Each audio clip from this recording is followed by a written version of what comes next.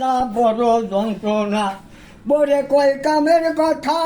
বউ কয় ধরছে মাথা কিছু কিছু ঘুরে বউ আমার কথা শুনে না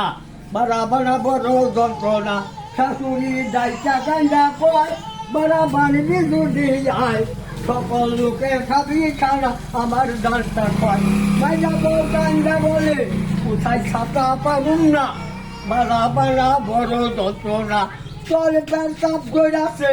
চল প্যার সাপ ধরে আছে বাজি পুটাবে চলে না বাড়া বড় যন্ত্রণা ছোট বউ কান্দা বলে